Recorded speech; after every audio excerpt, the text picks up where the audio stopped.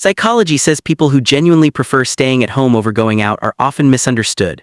They're labeled antisocial, depressed, or even lazy. But if stepping inside your home and locking the door feels less like hiding and more like finally taking a deep breath, there's a powerful psychological reason for it. You're not avoiding life. You're practicing what environmental psychology calls restorative niche construction. While society pushes the idea that happiness comes from crowds, noise, and constant social activity, your brain likely has a stronger self-regulation system. It knows exactly what it needs to function at its best.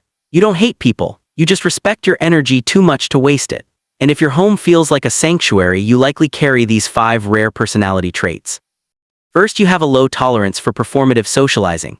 When you do go out, you probably notice something that most people ignore. Many conversations aren't about connection, they're about performance. People wait for their turn to speak instead of truly listening. You don't find this stimulating, you find it exhausting. Not because you're shy, but because surface-level interaction drains you. You'd rather sit in silence than engage in conversations built on masks, forced smiles, and fake interest.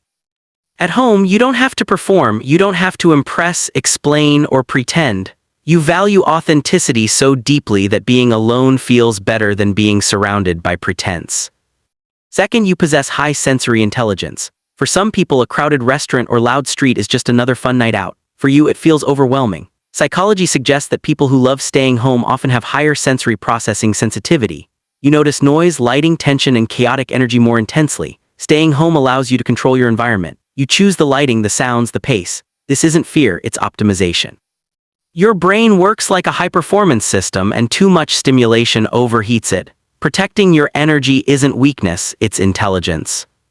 But solitude isn't just about avoiding noise. It's about what you do with the quiet. That leads to the third trait. You see your home as a laboratory of the self. Society assumes you're doing nothing at home, but you're often deeply engaged. You might be writing, building, learning, creating, or exploring ideas. Research on flow states shows that deep creativity requires uninterrupted time.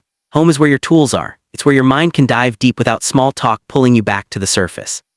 You're not isolating, you're incubating. Fourth, you have a high peace threshold. At some point in your life, maybe after chaos, burnout, or emotional exhaustion, you realize something important. Drama is expensive, and you decided you're done paying for it. You've likely stepped away from gossip-driven circles or emotionally draining relationships. Staying home became a physical boundary against unnecessary stress. A quiet evening with a book, a pet, or a person who understands you gives you more fulfillment than any loud night out. You're not lonely, you're peaceful, and to a chaotic mind, peace often looks like boredom. Finally, loving your home reflects self-sufficiency. Psychological theories of happiness suggest that highly intelligent individuals often feel less satisfied with constant socializing because they're oriented toward long-term goals and inner growth. Your ability to enjoy your own space means you've built a life you don't need to escape from. You haven't withdrawn from the world. You've simply built a better one inside. If your home is your favorite place on earth, you're not missing out. You're choosing depth over noise, peace over performance, and meaning over distraction.